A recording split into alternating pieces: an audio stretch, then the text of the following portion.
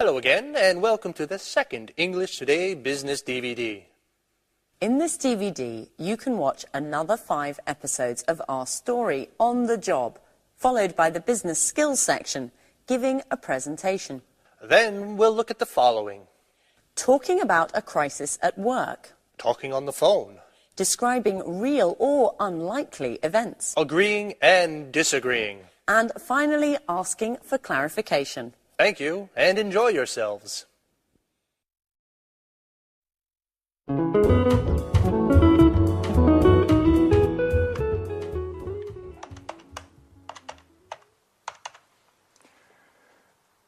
Hello, is this Montex Typography? Good morning, this is Louis Stevens of Pilgrim Publishing. I'd like to speak with Mr. Emerson. Oh, he's in a meeting. I see. Could you put me through to one of his children, to John or Lucy, please? Oh, they are also in a meeting. Fine, then may I speak with Mr. Richardson? You don't mean to say that he's also in a meeting? Yes, I see. Is there anyone that I could speak with to find out if our order has already gone to press? I'd also like some information about deliveries.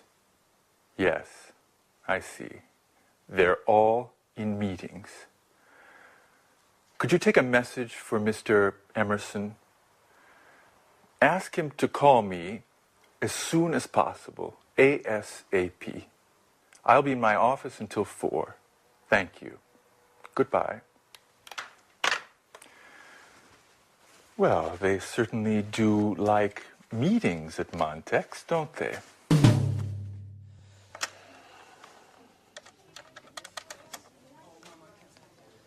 Good morning. This is Gary Reynolds of Pilgrim Publishing. I would like to speak with Mr. Smith, please. Hey there, little guy. Could you give me your father, please? I see, he's not in. May I speak to your mom, then? I see, she's out as well. Okay. Does that mean that you're home alone? No, is there an adult in the house? Your babysitter. Okay. May I speak to her? Yes, hello, this is Gary Reynolds of Pilgrim Publishing. No, not Penguin. Pilgrim. Right. I wanted to speak to Mr. Smith about a new cookbook series that we're preparing. No, you've misunderstood. No, I'm not trying to sell anything. I don't sell encyclopedias. No, listen, I work in a publishing house, and Mr. Smith is one of our authors. No, hey, wait, don't hang up. Hey, could you... Hello? Well, let's try someone else. Mr. Fox.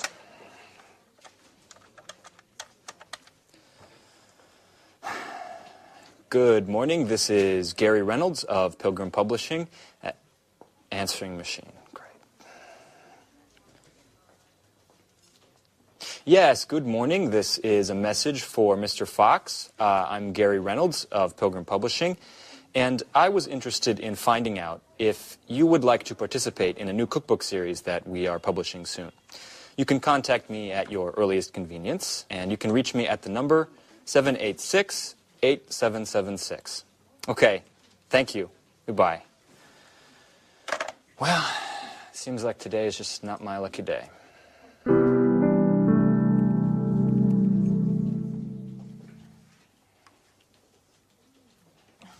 no, the answer phone.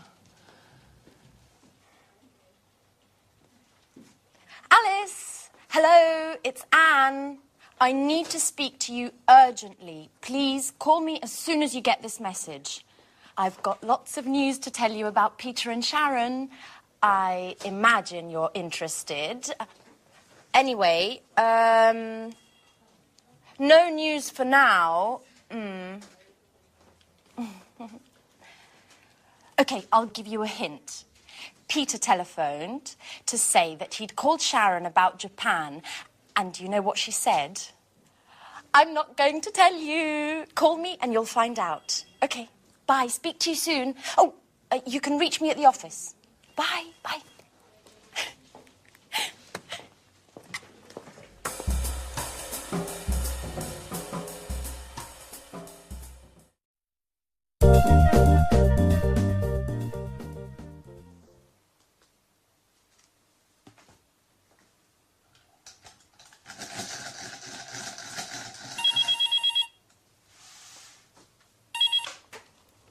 Pilgrim Publishing, good morning.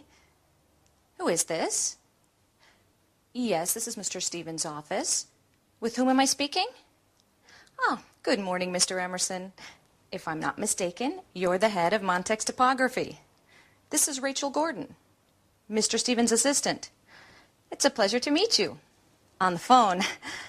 No, I'm sorry. Mr. Stevens isn't in at the moment. He just left. Yes, I know it's 4 o'clock. No, unfortunately, he was called away unexpectedly. Would you care to speak with me? No, don't worry. There are no secrets between Mr. Stevens and myself. Yes, he telephoned to find out if you had already begun work on our order. And I think he also wanted to know about the means of delivery. Uh-huh. Fine. Ah, Mr. Stevens will be pleased. Yes, taken note of everything. In any case, I'll have him call you tomorrow morning. When will you be in? At 10. Okay. Fine. Goodbye, Mr. Emerson. I look forward to meeting you in person.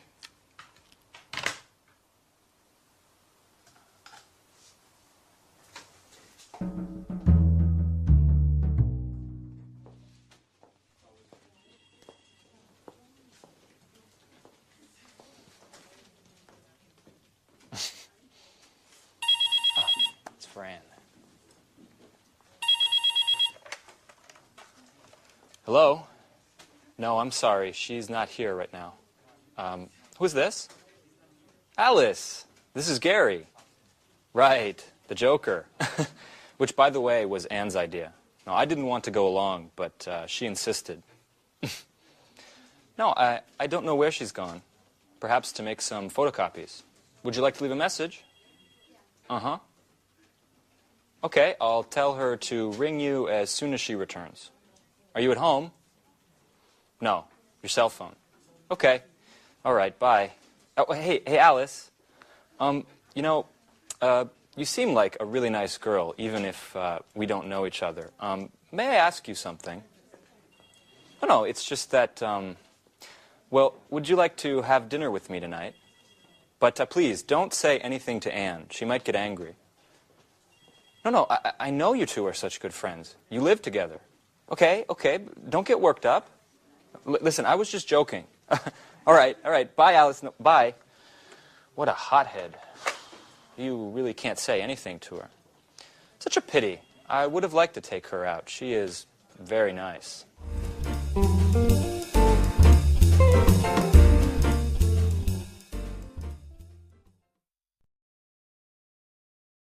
Fine. Now let's look at that language that we use, especially when we have problems on the phone. And to do this, let's use the screen, okay? Now, the first thing is problems with understanding. Often when you speak to native language speakers, there are problems. So you have to try and control the situation. Let's see what phrases you can use. Well, the first thing is you can say, could you repeat that, please? You notice we say, could you repeat that? Not could you repeat, please, but could you repeat that, please? That's one thing. Another thing, if they're speaking too softly, you could say, could you speak up, please? Could you speak up, please? Another thing, they're talking too fast, too fast. So you say, could you speak more slowly, please? Could you speak more slowly, please? And then if you didn't quite hear it, you can say, sorry, I didn't catch that. I didn't catch that. All right? So that's problems with understanding. Now, problems with spelling. Sometimes people say their name and you can't really understand the name. So you can ask them this. Excuse me, could you spell your name, please? They say, yeah, J-O-H-N. Now, it's useful if you repeat what they say just to check understanding. So you can say, so that's J-O-H-N, okay? Or you can say, I'll repeat that. J-O-H-N. All right, so problems with spelling. The next thing is problems with these. Now, since the introduction of these, we have new language which we use on the telephone. Things can happen. For example, you could be on the phone, it's You say, the reception's bad, okay? The reception's bad. Now, if you're listening, maybe the other person sounds like this. You say, you're breaking up. You're breaking up. I'll call you back. You're breaking up. The voice is okay? You can also say, the line's bad. The line's bad. I'll call you back. Okay? Now, another thing is the battery. Sometimes you can see the battery. So you can say, my battery's running low. My battery's running low. Running low. Another thing is money. You need money to make this work. Sometimes you can see that you don't have much credit. You can warn the person and you say, look, my battery's running low and I'm running out of credit. I'm running out of credit. I'll call you back later. Okay? And then sometimes, for an example, if you're on a train and you're traveling in a mountainous area, sometimes you go through tunnels and the chances are, this will happen. So you can say, look, if we're cut off, I'll call you back. If we're cut off, I'll call you back. All right? So typical problems with mobile telephones. Now, sometimes you have problems when you're trying to connect people. You call, you want to speak to somebody, there are problems reaching that person. So you can hear, I'm sorry, there's no reply. Or, I'm sorry, the line's engaged at the moment. Or, Mr. John's on the other line. Or, she's out of the office. Or, he isn't in at the moment. Or, he's just left. He's being called away unexpectedly. All right, so those are typical things that happen when you're trying to connect. And another thing is the answering machines. Now, sometimes you will call somebody and you'll hear a message and you have to leave a message. Now, a typical message from America could be, you have reached 700-423. Please leave a message after the tone. In Britain, you would hear, this is 700-423. This is the answering machine of James Smith, for example. Please leave a message after the beep. So you do that. You leave your name, the company, the time you called, give your message, and then say goodbye. All right? So that's some more language for you to help you, in particular when you have problems on the telephone or when you have to leave messages. All right? Well, that's the end of this lesson, and I'll see you again in the next one. Bye.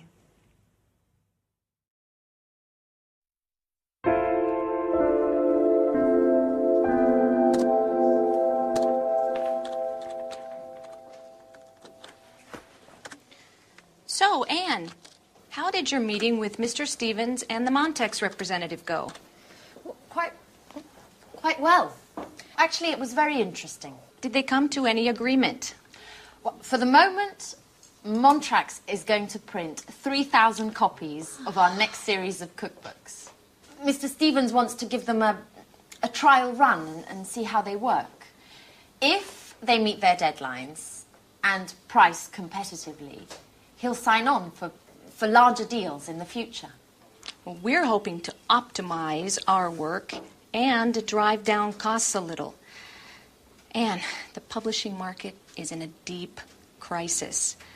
Readership is dropping rapidly, which is driving down sales. At the same time, production costs are increasing, because of foreign rights acquisition as well as distribution costs. As a matter of fact, I haven't bought many books recently. Tell me, Rachel, does this crisis also affect us here at Pilgrim? Certainly. The negative trends of the market are felt throughout the sector, beginning with those who work in it. In any case, I'm optimistic, and I'm sure this is just a passing crisis, and that the publishing sector will soon recover. That's probably what Gary wanted to talk to me about this morning. I saw him, and he said that he had something very important to tell me. Uh-huh. What? Why are you making that face? No, it's nothing, Anne. It's just that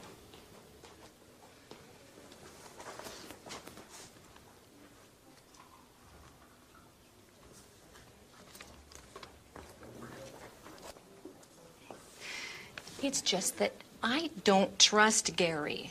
He's a Latin lover and full of himself. He chases all of the pretty girls around here, and you are just his latest victim. Look, Rachel, I'm perfectly capable of looking after myself. I only have a working relationship with Gary, and that's how it's going to stay. Sorry, Anne. I certainly didn't mean to offend you. I'm quite aware that you are an intelligent young woman who can keep men like Gary at a distance. In any case, I just wanted to warn you. I'm sure you'll agree with me once you get to know him.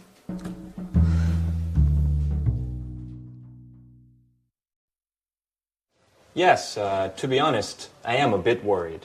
Profits are down 8% over the last few months. And just yesterday, I read an article in Media World that confirmed my suspicions. Forecasts for the publishing market are quite pessimistic. And the general feeling is that things are going to continue to go downhill based on current trends. The next 5 years could see a further drop of 20%. If we leave out bestsellers and fiction, then the entire publishing market has taken a direct hit. Or, better, is in a downward spiral. But what about sales?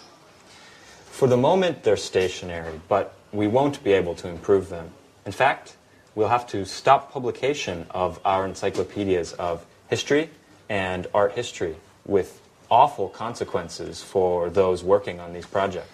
Are you saying that we'll have to lay people off? No, not for the moment. But if things continue like they are, we will have to let some of our people go. Oh my God. There must be something we can do to keep from cutting staff. I'm meeting with Mr. Stevens this afternoon to discuss the situation. We're going to focus on new objectives for the company in both marketing and sales. Perhaps we will develop a new line of economic paperbacks, which might help sales. But the other publishers are already doing that successfully. I think we'll need to develop new products to encourage new market opportunities. Well said, Billy. I've already got an idea to suggest. It won't resolve all of our problems, but it could bring about some interesting developments. And what might this new idea be? Anne! Well, Anne, are you in there? Hey, you! I'm looking for my friend Anne. Is she with you? Anne! Surprise! Anne, hello. Come back to Earth. Someone's looking for you. Alice, what are you doing here? Well, I came to see where you work, Anne. Could you give me a tour? So, these are your colleagues. Oh. What long faces. Are you always like this? We need a little fun to lighten things up in here. Why don't you invite them to the party this evening? No, really. I don't think, well, today's really not a good time to be talking about parties. Why don't you come back some other time? And perhaps warn me in advance, perhaps. Bye-bye, Alice.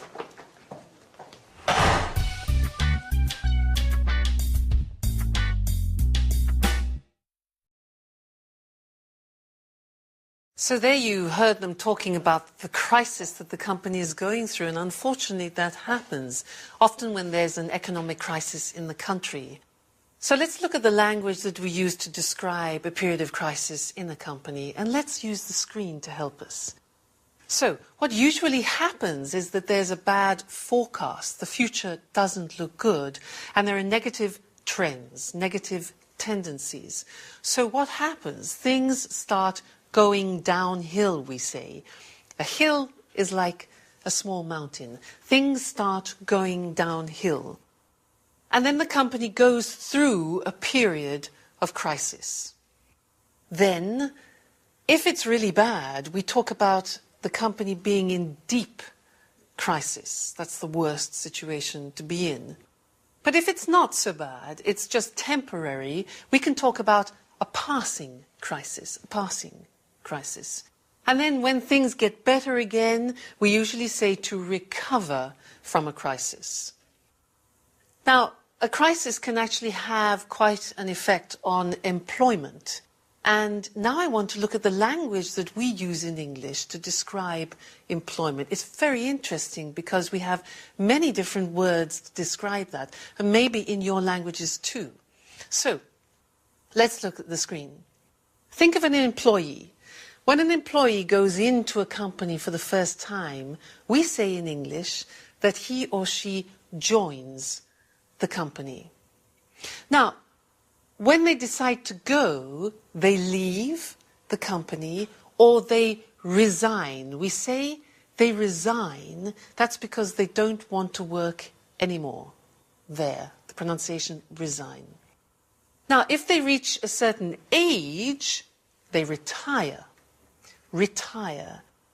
If they decide to retire before the age of 65 or 60, we say to take early retirement. Early retirement. So those are the words which are usually related to the employees. But what about the companies? Well, companies, when they take people, companies recruit. That's difficult to pronounce. Recruit. Companies recruit employees. Another word is hire, to hire.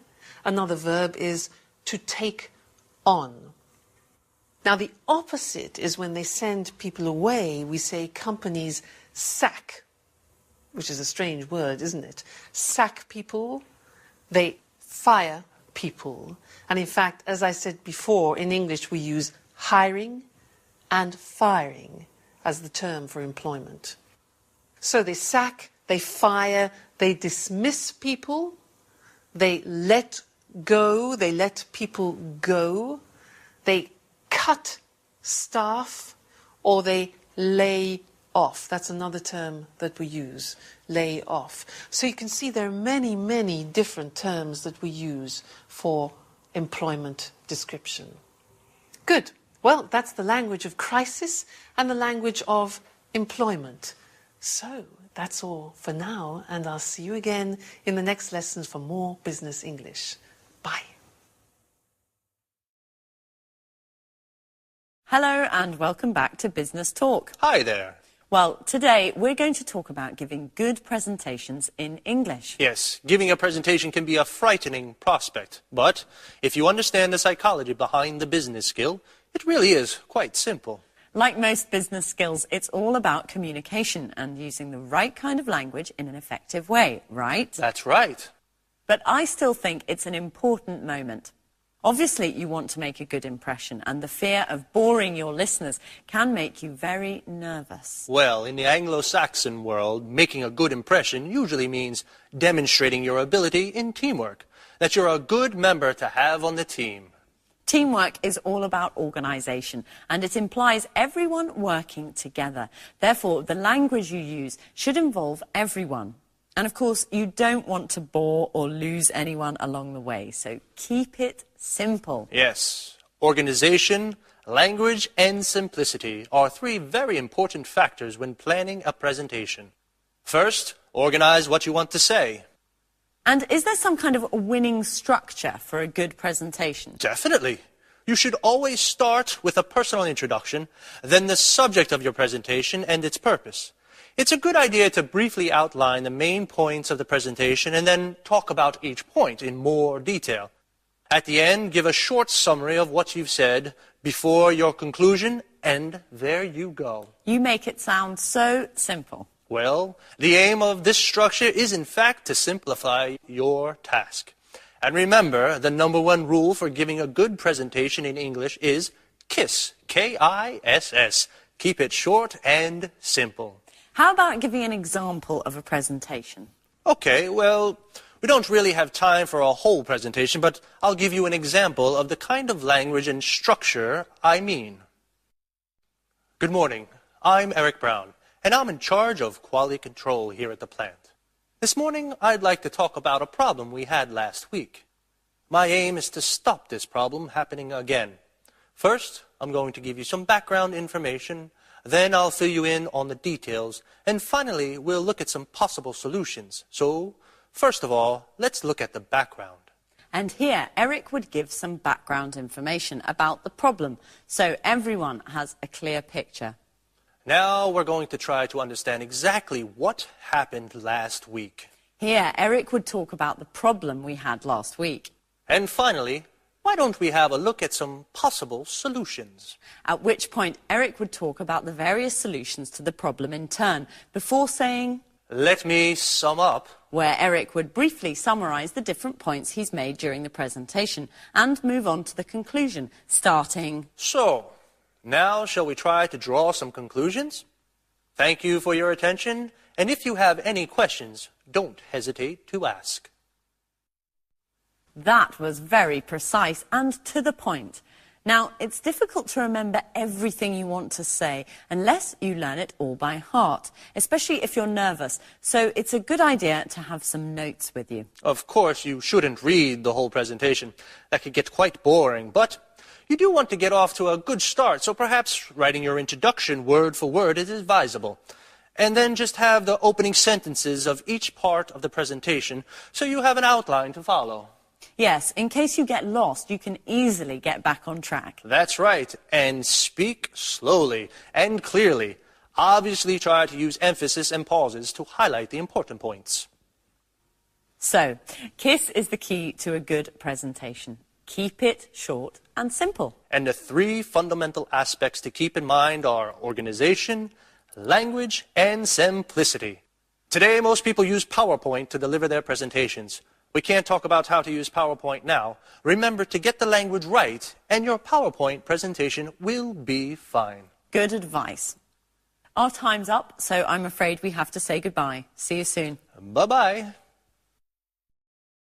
Let's look more closely at Eric's presentation and those three important factors to bear in mind when planning a presentation: organization, language, and simplicity. So, the first thing to do is organize what you want to say and give your presentation a clear structure. Let's look at a basic outline for a presentation. Start with a brief personal introduction so everyone knows who you are. Then, introduce the subject and purpose of your presentation. Briefly outline the main points so everyone knows what you will be talking about, and then treat each point in order. It's a good idea to give a short summary of all the points at the end. And finally, a conclusion to close your presentation. Personal introduction. Introduce subject and purpose. Outline the main points. Point 1, point 2, point 3, summary, conclusion. And what about the language? Remember, KISS, K-I-S-S. Keep it short and simple. Simplicity is essential in every aspect of the presentation, in its organization and the language we use. Short, well-structured sentences that mark the beginning of each part of the presentation are helpful to keep you on track and keep your listeners' attention. Did you notice in Eric's presentation, he marked the start of each new section of the presentation very clearly? Let's look at the language he used and how each point corresponds to the outline we've just seen. I'd like to talk about a problem we had last week. My aim is to stop this problem happening again. First, I'm going to give you some background information, then I'll fill you in on the details, and finally we'll look at some possible solutions. So first of all, let's look at the background. Now we're going to try to understand exactly what happened last week, and finally, why don't we have a look at some possible solutions? Let me sum up. So, now shall we try to draw some conclusions? Notice how the beginning of each section is clearly marked. And remember, team spirit is important. As with brainstorming, it's important that everyone listening feels part of a team. So avoid using I too much because it detaches you, the speaker, from the group. Try to find other ways of structuring your ideas so that everyone feels included.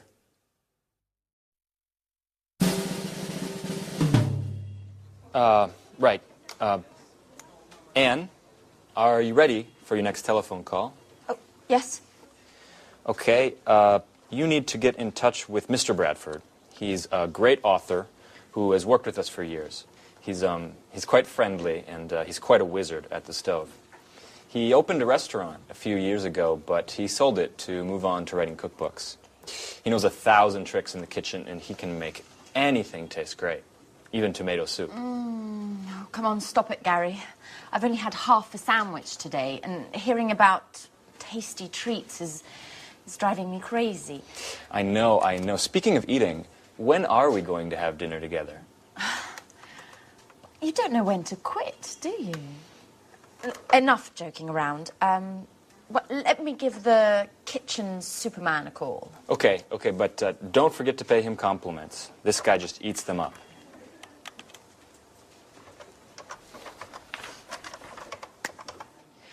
Hello, good morning. This is Anne Baxter from Pilgrim Publishing.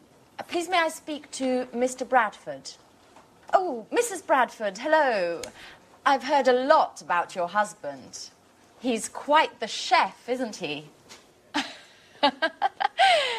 Yes, I also enjoy cooking, but I'm not in the same league, of course. Well, I'm calling to propose a new cookbook series to Mr. Bradford. We're going to be taking it to press soon. Okay, yes, thank you. Yes, I'll hold.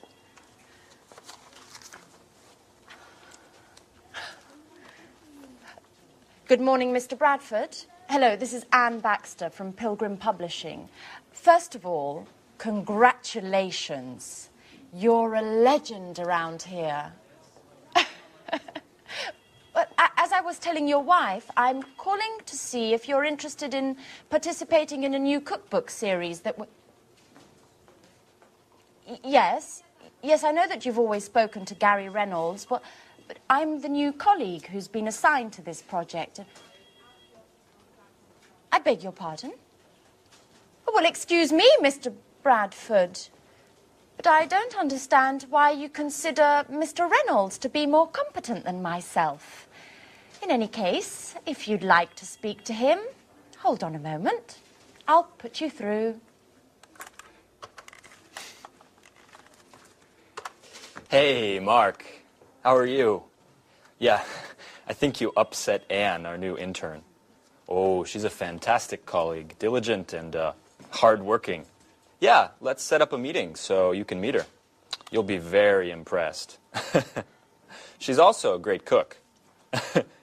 In the meantime, I'll send you a detailed outline of the project. Okay, and we'll see each other Tuesday at 10. Okay, right. Bye, Mark.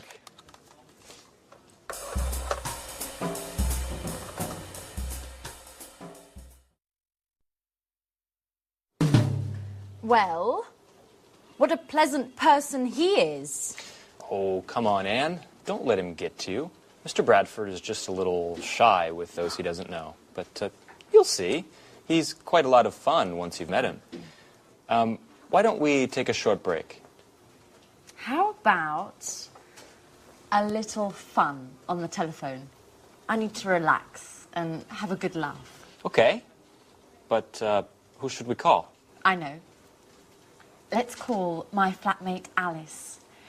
She's always looking for new boyfriends, and you could pretend to be a friend of Jack's, the other flatmate, saying that you saw a picture of her and that you'd love to meet her. Okay, but she isn't going to get angry with me, is she? Oh, no, we'll tell her it was just a joke. Come.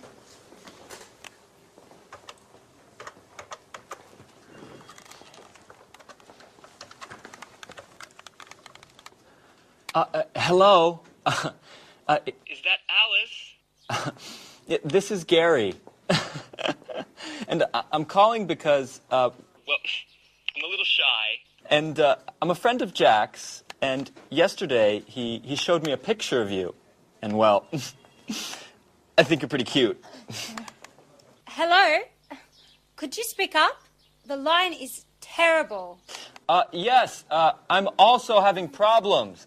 This line must be congested. My name is Gary, and I'd like to get to know you a little better. What? Who are you? I'm a friend of Jack's, and yesterday I saw a picture of you.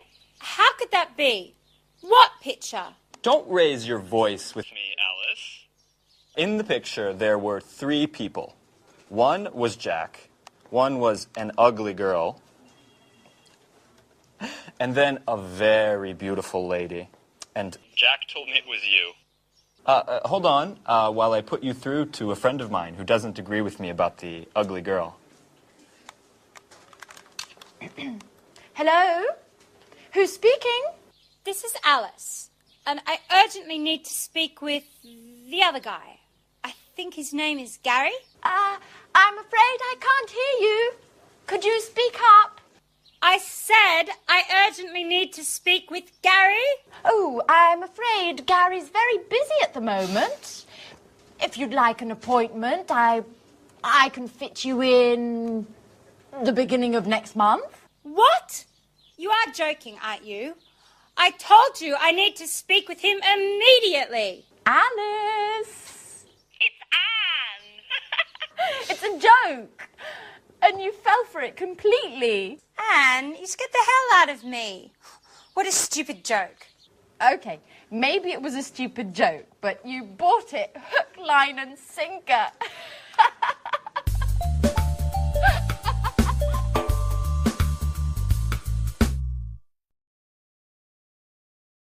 So now let's study some of the language that you need on the telephone at work. But first, some basic vocabulary related to phones. Now, what's this?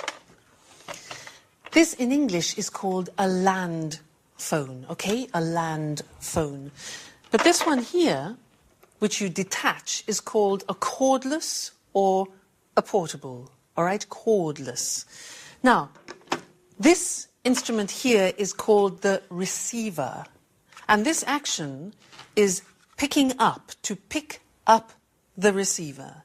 Then we, 2, 4, 7, 5, 6, 7, 7, dial the number or digit the number, all right? Then we put the receiver down. We put the receiver down, or another verb that we use in English is to hang up. And that's more familiar, but it's very popular, to hang up. This type of phone, what do we call it? It's a mobile, or even a cell. And in Germany, they actually call it a handy, because you can hold it in your hand. So, a mobile. Now, these phones work on batteries, so you need these to keep them running. This is a battery recharger, all right? Sometimes you don't want to listen to the speaker on the phone with it by your ear, so you can use these. These are earphones or headphones, all right? Sometimes you need to know the number of somebody, so you can look in this book, which is called a telephone directory. And if you want special services, you can use a book called the Yellow Pages. All right, so that's some of the basic language related to telephones. Now, we want to learn some phrases which are useful for you when you start a telephone conversation. And yet, let's now use the screen, which will help you understand and use that language. The first thing you do is you answer. So, what do we say when we answer? Well, we can say this. Hello, Pilgrim Publishing House. This is Louise. Can I help you? All right. So, look at the screen. You say the name of the company. This is Pilgrim Publishing House. Your name. This is Louise. How can I help you? Or, can I help you? Notice I said, this is Louise, not I am Louise, because this is the language we use on the telephone in English. So, this is, not I am. So, you introduce yourself. You say, hello, this is James Holmes, for example. Notice again, I say this is. You don't say I am. Now, if the other person doesn't know you, you can say, I was given your name by Mr. Smith, for example, all right? I was given your name by Mr. Smith. Great. Now, you want to speak to someone, so you ask, hello, could I speak to, may I speak to, can I speak to? 3 possibilities. Could, may, very polite. Can, less formal. So, can I speak to Mr. James, please?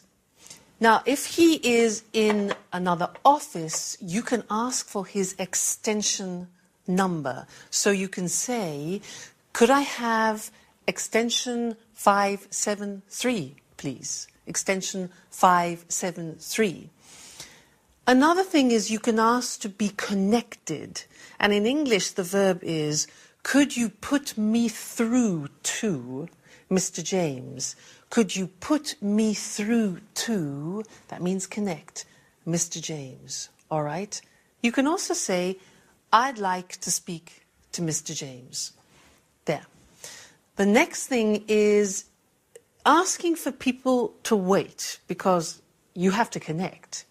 You can say, just a minute, just a moment, please, 1 moment, please, hold the line, please, hold on, please.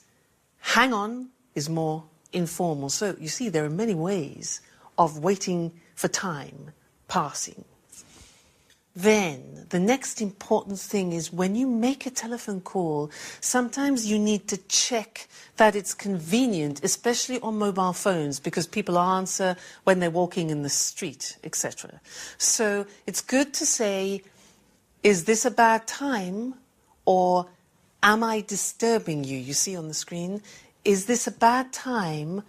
Am I disturbing you? Can you talk? Because that way you know that it's convenient for you to speak to that person. That's important.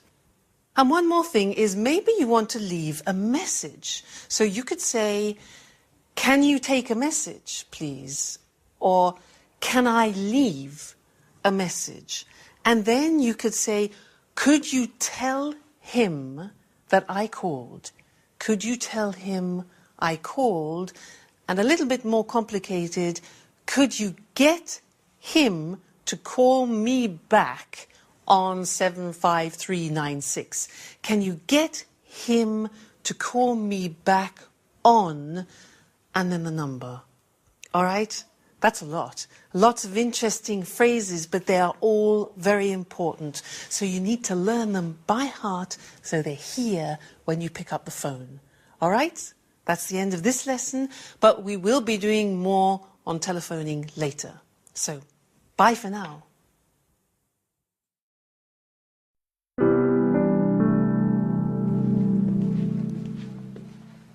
Victoria Lee, good morning. Do you remember me? Yes, certainly. And to what do I owe the pleasure of your unexpected visit? Beautiful office. My compliments. You've certainly come a long way, haven't you? Well, I can't complain. If you don't mind, I've got quite a lot to do. You didn't feel that way a year ago when we first met. Listen, Mrs. Baker, that was a very difficult period for me. I wasn't happy with my job and... Don't worry, Lee. I'm not here to visit the past, but rather to talk about the future. What? I've recently heard quite a bit about you. I know that you've done great things to improve the bottom line of Spectra. As a matter of fact, that's why I'm here today. I'd like you to come and work for us. Thank you, Mrs. Baker, but... Just a moment, Lee. Let me have my say.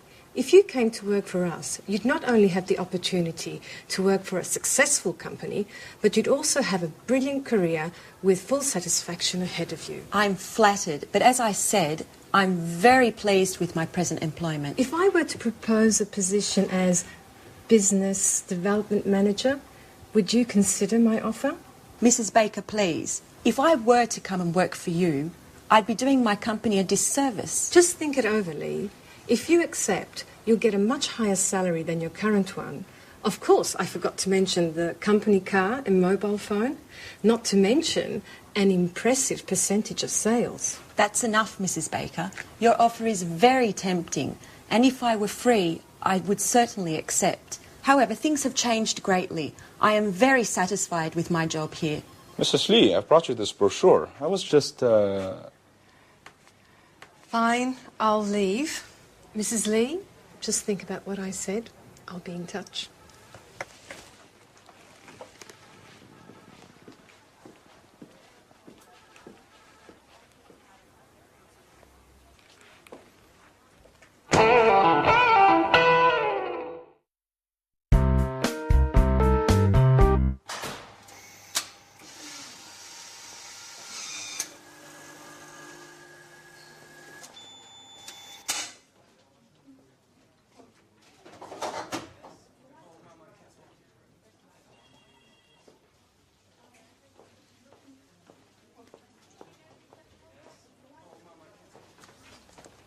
Hi, Anne. Have you got a moment? I just have to show you a few things. Alice, how many times have I told you to call before you come and visit me at the office? If my boss finds out, I'll be in trouble. Oh, yes, I know. You're right. I'm sorry. Anyway, you are on your coffee break, and I just need some advice. I'm going out with Philip tonight. You know, the handsome guy I met at the library last week. Oh. I told you about him, didn't I? I don't know, Alice. I've lost count. Every week there's a different guy. And what's so important about him that you couldn't wait to see me? What if I wear this tonight? It's nice. Red suits you. Really? But if I wear this, I'll have to find the right black shawl. By the way, can you lend me the one you bought last Saturday? Alice, it's brand new. I haven't even worn it yet. Come on, Anne. I told you that this date is really important to me. Okay. What if I wore this one? That's pretty too. Yes, but if I wear this one, it would go better with your blue hat. Could you lend it to me? Oh. Please, Anne. Oh, Alice, no, not that one. It was a present from my sister. Oh. I'm very attached to it. Oh, please, Anne. Come on, help me, please. Okay, it's impossible to pick you out of anything anyway. But if I'd known you were going to borrow my entire wardrobe, I would have immediately told you I was very busy. Thanks, Anne. You're the best. Yeah. Okay, I'm going now.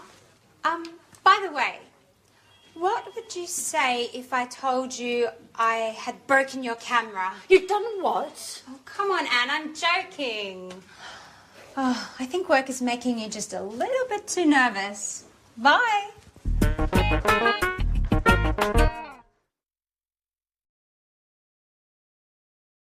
So now let's talk about the conditionals in English, the first and the second. Now, they're interesting because there's a difference in meaning between the first and the second, and also a difference in grammar.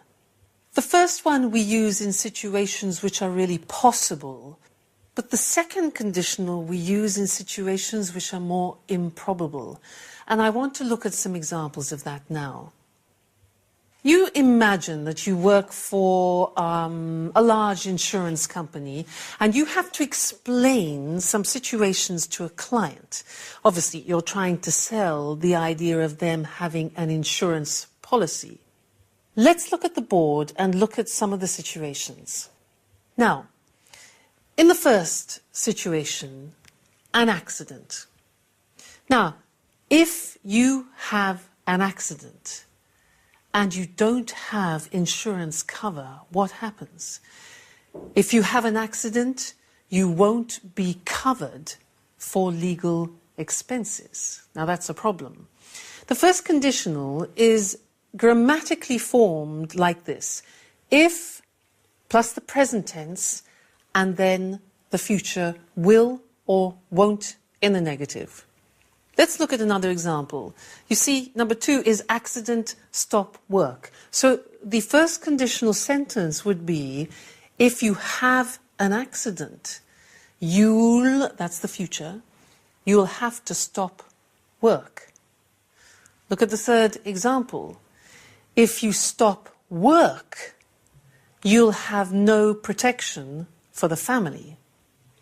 The fourth example, if you go to hospital, there'll be no cover for hospital fees. So you see, you have a situation and then the consequence. The last example, let's change the situation, no longer an accident, but still related to insurance. If you have a house fire, you'll have no cover for lost items. So here we see a situation and the consequence. Okay? So we use, these are real possibilities. We use the first conditional. Now let's look at the second conditional. Now, I want to give you some examples and ask you the question, what would you do if?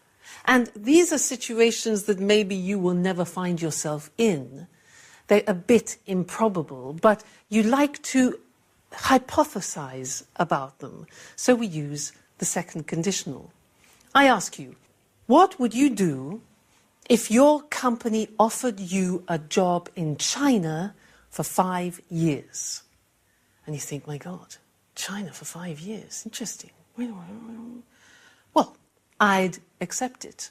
I would accept it. Now, the grammatical form of the second conditional is if followed by the past tense, followed by would and the conditional. All right, let me ask you another question. What would you do if a Japanese businessman gave you his business card like this? What would you do? Well, if a Japanese businessman gave me his business card like this, I would accept it with 2 hands and bow a little. Then I would read it carefully and put it in a special place to show respect. Okay? What would you do? I would do that. Okay, next one. Number 3, what would you do if you lost all your money and all your credit cards? What would you do? I would phone the bank immediately if I lost, simple past, if I lost all my money and credit cards, wouldn't you? Last one. What would you do if you had a first meeting with an Arab businessman? With an Arab businessman, what would you do? Well, I wouldn't talk business until he decided to talk business himself. I would let him decide to open business conversations. All right? So there are some examples of the first and the second conditional forms in English, used a little bit in the business context. All right? So that's all for now, and I'll see you again in the next lesson. Bye.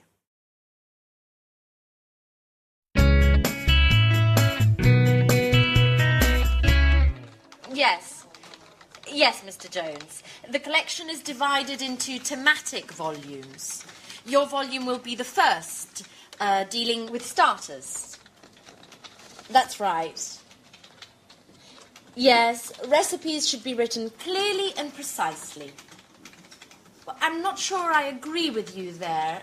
Ingredients should be written separately, directly under the title of each dish. Okay, I'll expect your first instalment next week then. All right, goodbye, Mr. Jones. Goodbye.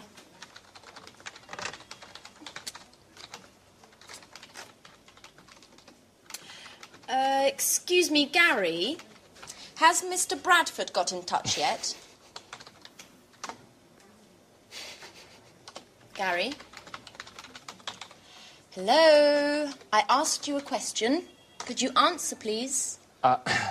What's up, Anne? I'm sorry, I'm writing the contracts to send out to the authors. Have you spoken to Mr. Bradford yet? No. Could you give him a call? I'm really very busy at the moment. Okay. Could you at least tell me where you are with him? Has he sent us the materials? Gary? Hello, Gary? What? Please, can you tell me what is so entertaining about drawing up contracts? Why? Because you're glued to your computer and you keep laughing like a fool. I'm just in a good mood today. Come on, Gary. I'm not stupid. What are you doing? Okay, you've caught me out. I'm chatting. It's great fun. Would you like to give it a try? No, thank you very much. And you shouldn't be chatting at work anyway. Mr. Stevens might notice. Now, why would he? If he walks in the door, I'll just close the window and continue typing up the contracts. Anne, relax. Let's chat a bit together. No, I'm afraid I can't. Somebody needs to work around here. Now, could you explain how I should proceed with this? You spoke to Mr. Bradford, so could you give me some details on your agreement? Yes, he should have sent some materials in 2 days ago, but we still haven't received anything yet. Give him a call and see where he's at with those.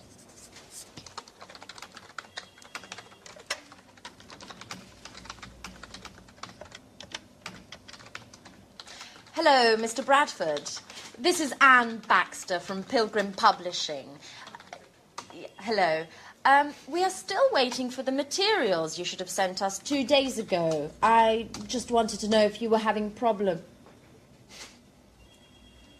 Well, what does the index have to do with it? I'm afraid I don't understand.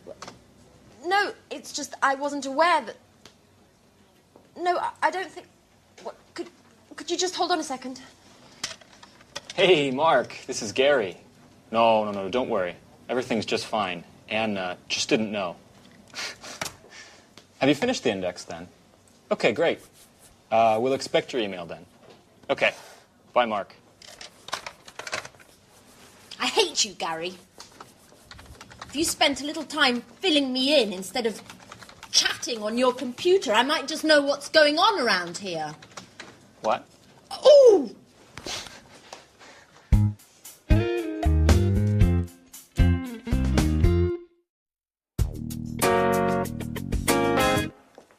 Mrs. Lee, excuse me for disturbing, but I need to speak to you for a moment. You're not disturbing, Mr. Chang. What can I do for you? Perhaps it's none of my business, but considering the importance of the deal for you and your company, I want to be absolutely sure that everything goes smoothly and that no ugly surprises are around the corner. I don't understand, Mr. Chang. What are you getting at? You see, Victoria, I value you highly and trust in you, but I don't like people going behind my back. What are you insinuating, Mr. Chang? Victoria, I know very well the woman who visited you in your office yesterday, Mrs. Baker, Human Resources Director for Play, the world's largest sporting goods chain. And? Mrs. Baker is well known as a headhunter. You know, those personnel managers who rob other companies of their own talents to employ for their own companies. So tell me, Victoria, what did Mrs. Baker want from you? You're right. Mrs. Baker made me a very interesting offer, but I certainly have no intention of accepting. Are you quite sure, Victoria? Look, Mr. Chang, I had an interview with Mrs. Baker last year. At the time, I was working for Spectre, but I was very unhappy. I had been hired to work in the business office and had expected more important assignments. But unfortunately, my work was very monotonous and boring, nothing that met my expectations. So I sent a CV to Play, they contacted me for an interview, but there weren't any positions open at the time. Therefore, I stayed at Spectre. And there's another thing, Mr. Chang. I have a dream. I've always wanted to work in a publishing house, ever since I was a teenager. And that's also why I wanted to leave this job. Numbers just don't go with my creativity. And what about now, Victoria? Do you still doubt about your job? And what about your expectations? Well, now things are different. I've taken on a role with more responsibilities, and I'm working on important projects like this one. It's been a double victory for me. Not many women have such prestigious positions, and I'm quite proud of that. I finally have the chance to demonstrate all my abilities, and I have no intention to renounce that. You have to believe me, Mr. Chang. I have no intention whatsoever of betraying my company. I believe you, Victoria. I certainly appreciate your sincerity. You're quite a capable young woman. And I'm certainly very pleased to have solved this little misunderstanding.